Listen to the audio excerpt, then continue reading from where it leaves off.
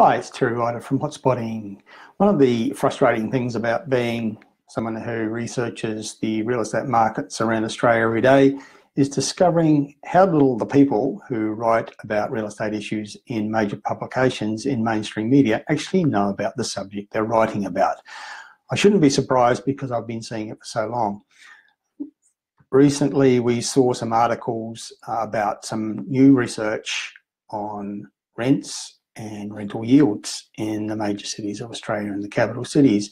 And the headline suggested that it was a surprise that the best yields for residential property were not found in Sydney and Melbourne. The people writing articles in a number of major publications seemed to think that that was surprising. Well, I would have thought that it was very unsurprising. It would be exactly what you expect, that after several years of strong price growth, but not much in the way of rental growth, that yields would be very small in Sydney and Melbourne. And indeed, that's the case. The smallest yields in capital city Australia are now found in Sydney and Melbourne as a consequence of strong price growth, but very weak rental growth.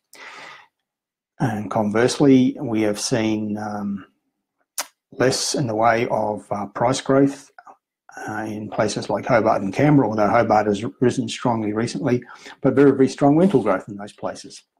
So the rental yields there are relatively high. Hobart has still, despite recent price growth, the cheapest of the capital cities, but it's also the capital city which has had the greatest rental growth by far.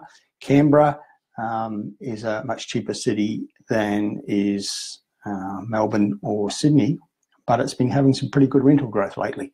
So the rental yields are relatively high in both Hobart and Canberra, exactly what you would expect. And you would also expect that the yields are pretty low in Sydney and Melbourne. This is one of the reasons why attention is now turning to other cities. Investors know, of course, that prices are very full in Sydney and Melbourne and yields are very low, and they're turning their attention elsewhere, places where house prices are more affordable and rental yields are a lot more attractive. And this is reflected in the new edition of the National Top 10 Best Buys report that we published today. The focus in that report is very much on the smaller capital cities and on some of the more outstanding regional centres around Australia.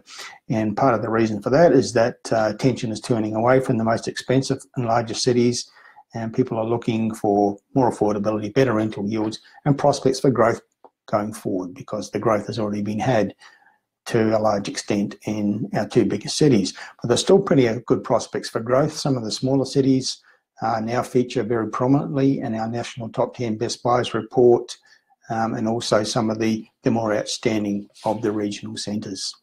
And prices there are a lot more affordable, a lot more attainable for the majority of investors, and the rental yields in some cases are such that you can conceivably have property that pays its own way or even be cash flow positive.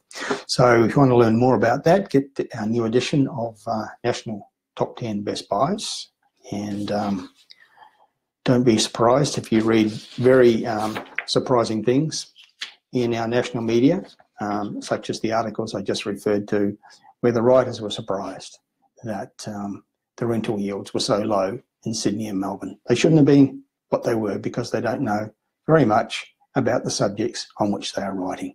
That's it for now. Terry Ryder from Hotspotting signing off. I'll talk to you again soon.